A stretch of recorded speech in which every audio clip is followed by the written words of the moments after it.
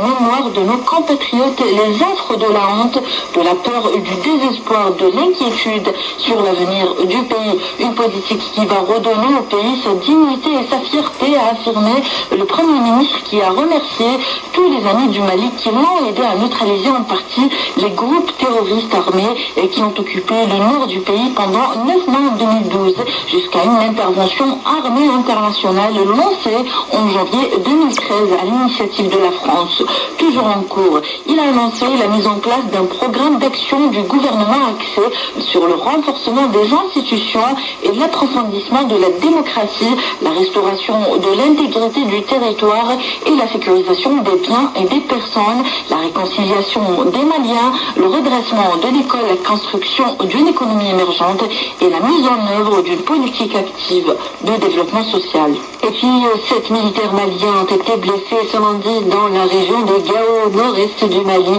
lorsque le véhicule qui les transportait a sauté sur une mine, selon l'armée malienne. L'explosion est survenue sur le chemin du retour d'une patrouille ayant escorté des marchands à une foire hebdomadaire entre les villes d'Assanjo et de Manéka, a expliqué un officiel de l'armée malienne basé dans le nord. Une source proche de la mission de l'ONU au Mali, la MINUSMA, a indiqué que des membres de forces internationales présentes dans le nord du Mali ont aidé à transporter les blessés vers Gao.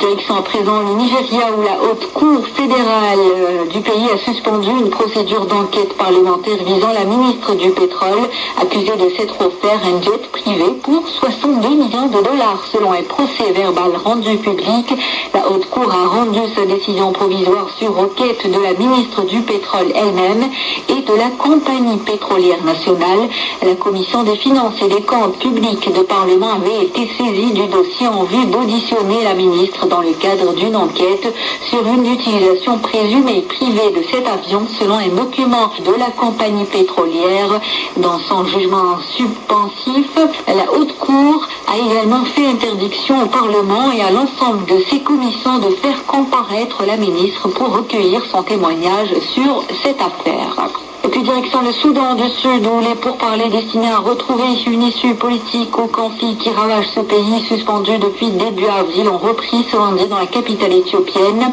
Selon la médiation dans un communiqué,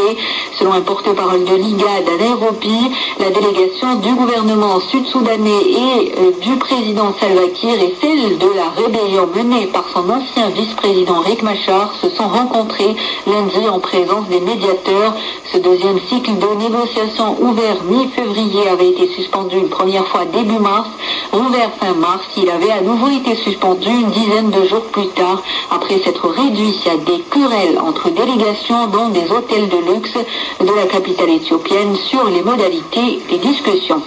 Et puis toujours concernant le Soudan du Sud, la haute commissaire des Nations Unies aux droits de l'homme, Navi Pillay, a appelé les parties en conflit au Soudan du Sud à respecter le cessez-le-feu et à prendre des mesures pour faire cesser les violations des droits de l'homme. Pillay est arrivé lundi au Soudan du Sud accompagné du conseiller spécial des Nations Unies sur la prévention du génocide pour faire le point sur la situation des droits de l'homme après les massacres à Béthio et Bor.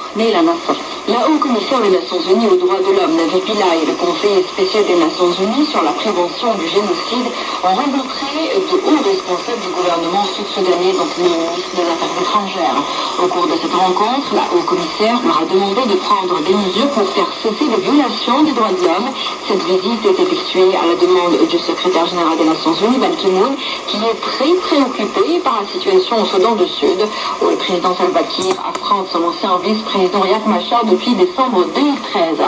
Le Conseil de sécurité a appelé jeudi dernier le président sud-soudanais et son ex-vice-président, ainsi que les autres dirigeants politiques de ce pays, à faire preuve de leadership en mettant fin immédiatement aux violences qui ravagent leur pays depuis plusieurs mois. De son côté, le secrétaire général des Nations Unies, Ban Ki-moon, avait eu une série de conversations téléphoniques avec des chefs d'État et de gouvernement de l'IGAD, un groupement régional associant 7 pays est-africains, pour exprimer son soutien à leurs efforts pour amener le président Kiir et Riek Machar à la table des négociations. Voilà ce qui termine cette édition. Merci de l'avoir suivi.